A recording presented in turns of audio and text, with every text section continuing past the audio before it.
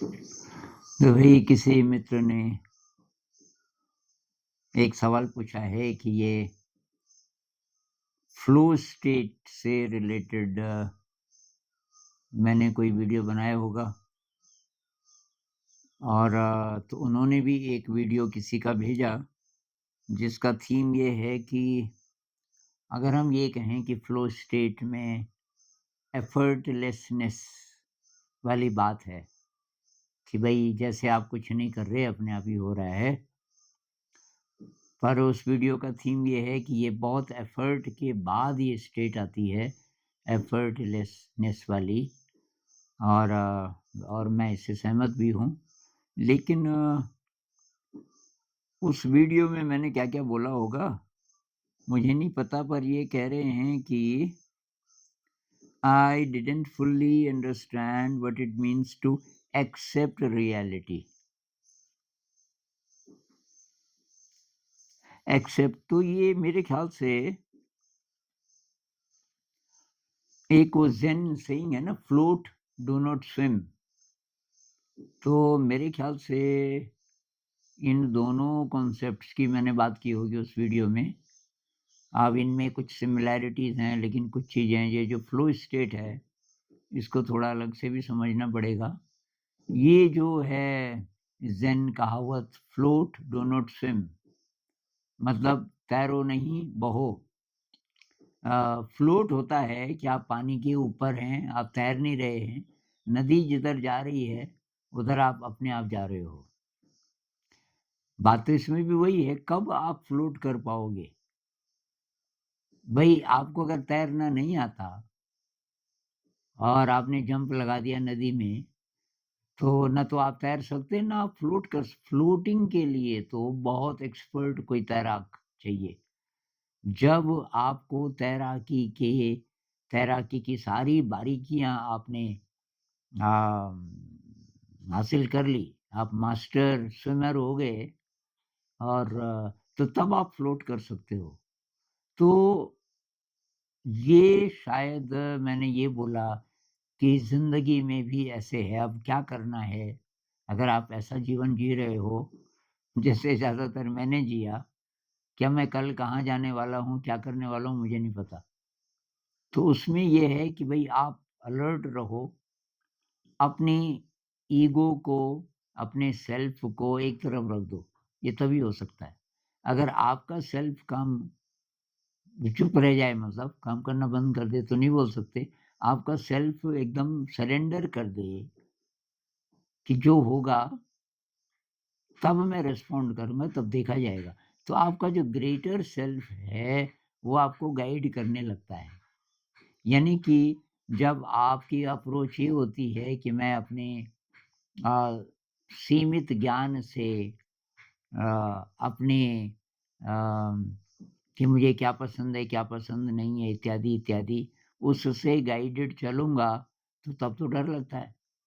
तब तो कदम-कदम पे हम सोचते हैं ना। लेकिन एक स्टेट ऐसी हो सकती है कि आप स्पॉन्टेनियसली, इंस्टेंटेनियसली डिसीज़न लेना सीख गए। क्षण भर में, मतलब अज्ञात स्थिति है, आपको नहीं पता और आप स्प्लिट सेकंड में अचानक आप फैसला ले लेते हो कि ऐसा करेंगे। वो फैसला कहीं गहरे से आता है आपके, क्योंकि आप कन्विंस्ड हो जाते हो। ये रैंडम नहीं, एकदम कन्विक्शन के साथ कि नहीं, नहीं यही यही करना है मुझे, और आप वो फैसला ले लेते हो।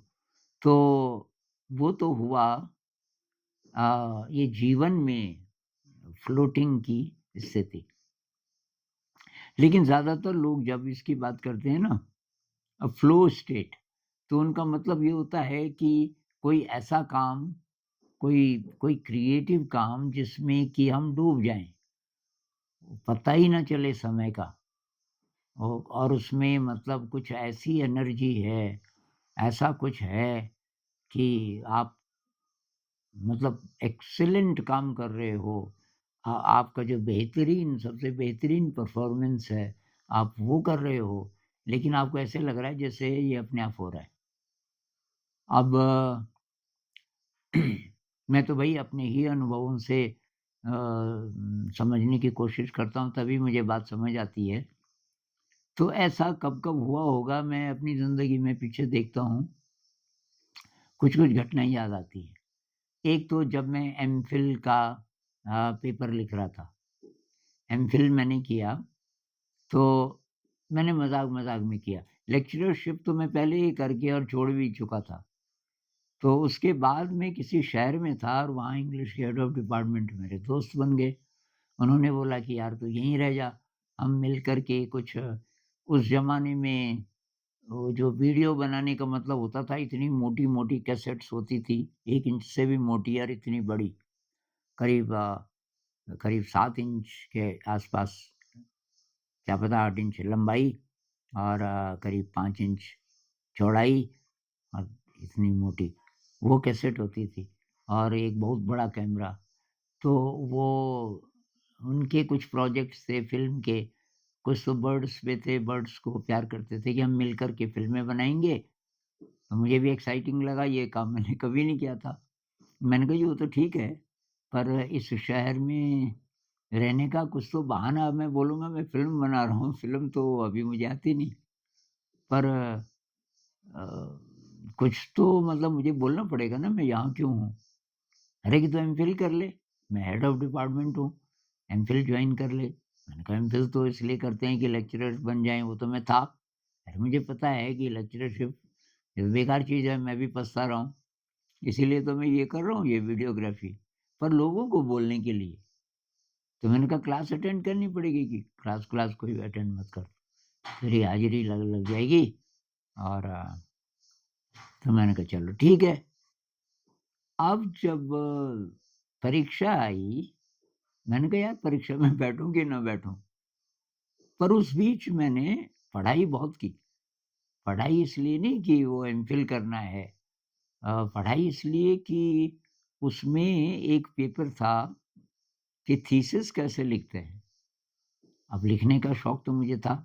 वो सब डाम शब्द बी में काम आया बाद में, जब मैंने लिखा कि भई कैसे आप कोट करते हैं किसी राइटर को। फिर चैप्टर के एंड में या बुक के एंड में लिखना पड़ता है। उस लिखने का एक ख़ास तरीका है कि आपने ये कहाँ से लिया, किस पेज पे वग़ैरह, एक ख़ास ट्रेडिशन है, लिटरेरी ट्रेडिशन है कि कैसे लिखना है, वो सब भी था। और ये साहित्य क्या होता है, पोएट्री क्या होती है, काफ़ी गहराई में उसका अध्ययन था। वो मुझे मज़ेदार लगने लगा, इसलिए मैंने बहुत पढ़ाई की, एमफ़िल की। परीक्षा से मेरा मतलब नहीं था। और मैं जो-जो पढ़ता था वो किताबें आमतौर पे ऐसी होती थी कि जो किसी और ने नहीं पढ़ी होती थी। क्योंकि लोग तो वो गाइड पढ़ते थे ना, मेरे साथी जितने थे वो तो गाइड पढ़ते थे।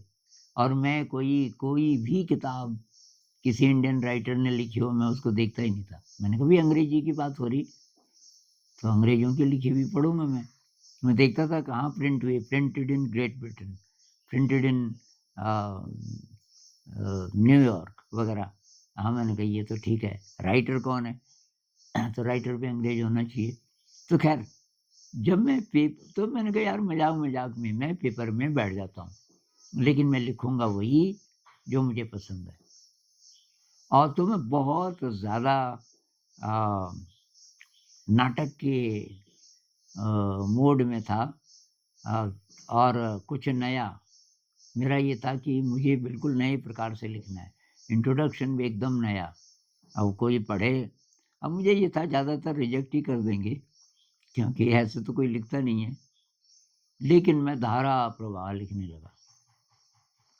उस कमरे में घड़ी नहीं थी कहीं दीवार पे इधर-उधर, और कहीं वो समय देखने का कोई तरीका नहीं था। मेरे पास घड़ी होती नहीं थी। अब मैं लिखता गया, लिखता गया, लिखता गया, एक कॉपी खत्म हो गई। उस समय भी मुझे ख़्याल नहीं आया कि कितना टाइम हुआ होगा, तो तब एक दूसरी कॉपी ली मैंने, वो भी लिख-लिख के जब मैं सैटिस्फाइड हो गया, मैंने कहा इतना बहुत है। थोड़ा-सा दर्द भी हो रहा था हाथ पे, उँगलियों पे, कलाई पे। फिर वो जो घूम रहे थे ये प्रोफ़ेसर लोग, तो एक को मैंने पूछा, मैंने कहा सर टाइम कितना होगा? तो कहने लगे आधा घंटा बचा है। मैंने कहा बचा है कि आधा घंटा हुआ? अरे भाई कि आधा घंटा बचा है, 3 घंटे का पेपर है ना, 2.5 घंटे हो गए। तो 2.5 घंटे हो गए। तब मैंने हिसाब लगाया कि मैंने 53 पेजेस लिख दिए थे। 2.5 घंटे में 53 पेज, और वो कॉपी के ज़रा उसका साइज़ भी बड़ा होता था, एमफ़िल वालों के लिए ज़रा बड़ी कॉपी। हाँ, मैंने कहा यार, अब वो तो शुरू से मेरा ये था कि परीक्षा की से मेरा मतलब नहीं है। लेकिन मैंने कहा जब मैं बैठ ही रहा हूँ इसमें, अब ऊपर लिखा है कि अटेम्प्ट एनी 5 क्वेश्चन्स, मैंने कहा 5 सवाल, 1 ही हुआ। 2 मिनट 3 मिनट तो मैं चुप रहा एकदम, कुछ नहीं। फिर मुझे एक ट्रिक सूझी, तो मैंने नोट लिखा और एग्ज़ामिनर को इंग्लिश में लिखा। तो मैंने कहा ये जी पहला पहला जो ये क्वेश्चन मैंने अटेम्प्ट किया है, इससे आप समझ गए होंगे कि मैंने पढ़ाई तो बहुत की। लेकिन मैंने कहा अब अ, करीब 28 मिनट बचे हैं और मुझे 4 और सवालों के जवाब लिखने हैं, जो कि असंभव है। तो आप मेरा जो मेरी पढ़ाई का और मेरे लिखने की शैली का मूल्यांकन इस पहले वाले क्वेश्चन से करें केवल। और ये जो 4 सवाल अब जो बचे हैं, मैंने कहा मैं मेन पॉइंट्स लिखूँगा केवल, और आप समझ जाना कि ये मेरे को पता है। तो मैंने कहा I will only right the main points. तो अगला सवाल 5 मेन पॉइंट, फिर अगला सवाल, फिर तो मेरे पास अभी करीब 7-8 मिनट बच भी गए और लोग लिख ही रहे थे, मेरा पूरा हो गया पेपर। क्योंकि मैंने वो जो बाकी बचे थे 4, तो जो पहला जो मैं लिख रहा था, वो फ्लो स्टेट था। पहले सवाल का जो मैंने जवाब लिखा, 53 पेज, मुझे 2.5 घंटे का पता ही नहीं चला और लिखा बहुत बढ़िया। उस समय पता नहीं कहाँ-कहाँ क्या-क्या एनर्जीज़ काम कर रही थी, क्योंकि मैं उसमें टॉप आया था। मेरे सबसे ज़्यादा मार्क्स आए थे। मैं समझ गया कि एग्ज़ामिनर जो भी है बहुत समझदार आदमी था और उसने पढ़ा इसको, क्योंकि और उसने पढ़ा इसलिए होगा कि उसका बिगिनिंग ही एकदम नया था। वैसे जो लोग ये इस प्रकार के सब्जेक्ट्स जिसके हैं ना, जैसे साहित्य है, जिसमें लिखना पड़ता है ज़्यादा, तो इसमें अब आप एक बात नोट कर लीजिए कि बिगिनिंग अगर आपका इम्प्रेसिव है और नए प्रकार का है, स्टीरियोटाइप्ड नहीं, जैसे आमतौर पे लोग लिखते हैं बिगिनिंग, वो नहीं, कुछ नया, तो वो ज़रूर पढ़ेगा उसको कि यार ये कुछ नया लिखा है इसने। नहीं तो आमतौर पे वो क्योंकि वही-वही भाषा होती है, पढ़ते नहीं है। तो वो एक मुझे उदाहरण है लिखने में फ्लो स्टेट। ऐसा ही हुआ जब मैं ये किताब लिख रहा था, सा विद्या या विमुक्तये हिंदी में। इसमें 4 या 5 यंग लोग हैं, अर्ली 20s में होंगे, 21-22, वो सब यूनिवर्सिटी स्टूडेंट्स भी हैं। मेरे ख़्याल से 2 लड़कियाँ हैं उनमें और 3 शायद लड़के हैं, और ये सारे के सारे पाँचों किसी बुज़ुर्ग से बात कर रहे हैं। ये बुज़ुर्ग काफ़ी एक्सपीरियंस्ड लगते हैं और उनको शिक्षा की काफ़ी गहरी समझ है, और ये सारा डायलॉग है शिक्षा के बारे में। लेकिन शिक्षा को जोड़ा गया है ब्रेन से, आध्यात्मिक यात्रा से, इवोल्यूशन से, पूरे ब्रह्मांड से, मतलब जो ज़िंदगी में गहरी चीज़ें हैं, सबसे इसको जोड़ते हुए। अब वो जब मैं किताब लिख रहा था तो वो सारे कैरेक्टर, वो तो काल्पनिक थे, पर मेरे लिए वो बिल्कुल यथार्थ हो गए थे कि भई रियल ये 5 लोग हैं और ये बुज़ुर्ग बैठे हैं और ये डायलॉग कर रहे हैं। तो ये क्या बोल सकता है, ये क्या बोल सकता है? जैसे वो अलग-अलग बैकग्राउंड के हैं। एक मंथन है, वो उसका बचपन गुज़रा किसी गाँव में, तो उसको ट्राइबल कम्युनिटीज़, ट्राइबल वैल्यूज़ उसका पता है, वो वहाँ से उदाहरण लेता है। एक प्रदीप है, वो शहरी बैकग्राउंड का है। आजकल आमतौर पे जो शिक्षा चल रही है, हर एक कॉम्पिटिटिव एग्ज़ाम तो उस किताब को लिखते समय पूरा टाइम मुझे 1 महीने से ज़्यादा लगा होगा उसको लिखने में। मैं उस स्टेट में रहता था, तभी मैं लिखता भी था। पहले मैं ध्यान में बैठ जाता था, अब मुझे नहीं पता होता था आज लिखूँगा कि नहीं लिखूँगा। लेकिन थोड़ी देर में इच्छा होती थी कि वो उस डायलॉग को आगे बढ़ाएँ और सारी किताब डायलॉग में। एक और उदाहरण मुझे याद आ रहा है, एक बार कोई बहुत कोई प्रेस्टिजियस कोई मतलब बहुत एक महत्वपूर्ण एक इंसान थे और उनका बर्थडे था और वो आखिरी बार आ रहे थे हम लोगों से मिलने, उसके बाद पता नहीं वो कभी मिलेंगे कि नहीं मिलेंगे ज़िंदगी में, ऐसी वाली स्थिति थी और उनका जन्मदिन पड़ रहा था उस बीच, जब वो मिलने आ रहे थे। तो फिर हमने सोचा कि कुछ नई चीज़ पेश की जाए मतलब बर्थडे गिफ्ट। अब मैंने कहा यार नया और लोकल क्या हो सकता है? तो मैं जिस शहर में था, उत्तराखंड की बात है, वहाँ एक नदी थी, मैं नदी के किनारे चला गया। तब तक मुझे नहीं पता था मैं क्यों आया नदी के किनारे और कुछ-कुछ पत्थर मैंने उठा लिए और उन पत्थर गोल-गोल पत्थर जो होते हैं, घर ले गया। अगले दिन सुबह फिर वो पत्थर मैंने देखे और मुझे ख़्याल आया कि इन पर मैं अगर पेंटिंग करूँ, ये मैं पेश करूँगा। तो मैंने मेरे ख़्याल से 7 या 8 पत्थर उन पे पेंटिंग करना शुरू किया। सुबह मैंने नाश्ता बनाया, 7 साढ़े 7 बजे होंगे, मेरे ख़्याल से 8 बजे के आस-पास मैं बैठ गया था। मुझे एग्ज़ैक्ट टाइम याद नहीं है पर लगभग यही टाइम रहा होगा। उन पे पेंटिंग एक हुआ, दूसरा हुआ, तीसरा हुआ। जब सारे पत्थर हो गए, मैं बहुत सैटिस्फाइड। अब मैंने कहा लंच बनाते हैं, क्या टाइम हुआ होगा? मैंने कहा 12 बजने वाले होंगे, पौने 12, 12। तो मेरे पास एक घड़ी थी, वो घड़ी वहाँ से दिख नहीं रही थी। टाइम देखा, 5:15। मैं बैठा था करीब 8 बजे। कितने घंटे हो गए? ये लगभग 9 साढ़े 9। मुझे एग्ज़ैक्ट टाइम नहीं याद है लेकिन 7 घंटे से ज़्यादा, 7 से 9 घंटे के बीच इतना टाइम हो चुका था। मैं एक भी बार उठा नहीं, पेशाब करने भी नहीं गया, ना मैंने पानी पिया, ना मुझे होश रहा कि कब ये समय गुज़र गया। तो ये जो फ़्लो स्टेट में एक ये भी होता है, समय जैसे ख़त्म हो गया।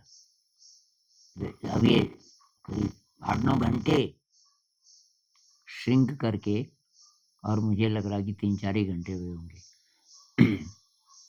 दूसरा सेल्फ मतलब मैं जैसे था ही नहीं वहाँ और कुछ नहीं मन में और कुछ नहीं, बस वो डिज़ाइन। तो फ़्लो स्टेट के अब ये जो बात है ना कि ये स्टेट कब आती है, तो मेरे ख़्याल से इसमें कुछ बातें हम पकड़ सकते हैं। एक तो ये जो बात है ना कि एफर्टलेसनेस वाली बात होती है इसमें। एफर्ट नहीं, इसमें संघर्ष नहीं है, इसमें एक्सप्रेशन है और वो स्पॉन्टेनियस एक्सप्रेशन है आपकी एनर्जी का, एक क्वालिटी तो ये है। तो उसमें मतलब सेल्फ नहीं होता। सेल्फ क्या होता है कि ये लोग इसको पसंद करेंगे, ये अच्छा है कि नहीं है, ऐसा करूँ कि ऐसा करूँ, कोई सवाल नहीं, कोई सवाल नहीं, सब एक तरफ। अ, आप हैं और कोई कोई दिव्य ऊर्जा है और आप किसी दिव्य जगत में हैं जैसे कुछ-कुछ ऐसा। दूसरी बात कि ये जो एफर्टलेसनेस आपको अभी महसूस हो रहा है, इसके बैकग्राउंड में काफ़ी एफर्ट होता है पहले। वो एफर्ट कहाँ होता है? जब आप उस चीज़ को सीख रहे होते हैं। अब 2 चीज़ें हैं, एक है संघर्ष और एक है प्रयत्न। जब इंटरेस्ट से आप कुछ सीखते हो, तो उसमें संघर्ष नहीं होता, उसमें प्रयत्न है बस। जैसे साइकिल चलाना हम सीखते हैं, संघर्ष नहीं है, बार-बार गिर रहे हैं, बार-बार गिर रहे हैं, चोट भी लग रही है, लेकिन वो सब कंट्रीब्यूट कर रहा है। ये आपका एफर्ट है। लेकिन जब आप सीख जाते हो तब एफर्टलेस। भाई साइकिल आप याद करो, जब आप सीखे थे, कितनी बार गिरे होंगे, लेकिन जब हम सीख जाते हैं तो इतना एफर्टलेस कि कई चीज़ें जैसे अपने आप हो रही हैं। कि जैसे मैं मेरे दोस्त के साथ हम दोनों साइकिल से जा रहे हैं और बाज़ार में बहुत ट्रैफ़िक है। पीछे से बस आ रही है, आगे से एक ट्रक आ रहा है, फिर पैदल चलने वाले भी लोग हैं। अ, और वो जो आपका साथी है, वो कह रहा है यार यहीं बोला था 2 मंजिले में है उसका राकेश टेलर्स, और आप ऊपर देख रहे हो, साइकिल भी चला रहे हो, इधर से आगे से ट्रक आ रहा है, अपने आप ही आपका हैंडल उतना मुड़ रहा है, अपने आप ही ब्रेक लग रहा है जहाँ पे लगना है। ये सारी चीज़ें जैसे स्पॉन्टेनियस हो गई, ब्रेक लगना, आपके हैंडल का घूमना वगैरह-वगैरह, और बहुत ज़्यादा देखने की ज़रूरत नहीं ट्रैफ़िक को। आप ट्रैफ़िक को देख रहे हो लेकिन आप दुकान को भी देख रहे हो। एफर्टलेसनेस आ गई लगभग। तो किसी भी स्किल में एक बात तो ये है, जिसमें आपको इंटरेस्ट है, तो पहले एफर्ट होता है, फिर एफर्टलेसनेस आ जाती है। अब एफर्टलेसनेस जिस चीज़ में आई, उससे रिलेटेड कोई क्रिएटिव चीज़ है, तो वहाँ ये फ्लो स्टेट आ सकता है। हाँ, ये राइटिंग में आ सकता है, किसी भी क्रिएटिव चीज़ में, ये म्यूज़िक में आ सकता है। मेरे साथ ये इसमें भी होता था, जैसे कोई नया गीत मैं बना रहा हूँ, थोड़ा नए प्रकार का, तो उसमें भी ऐसा होता था। समय का पता नहीं चलता था कि कब समय गुज़र गया।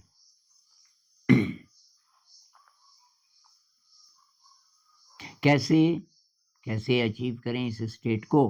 तो भई उसके लिए हमें सीखना पड़ेगा कि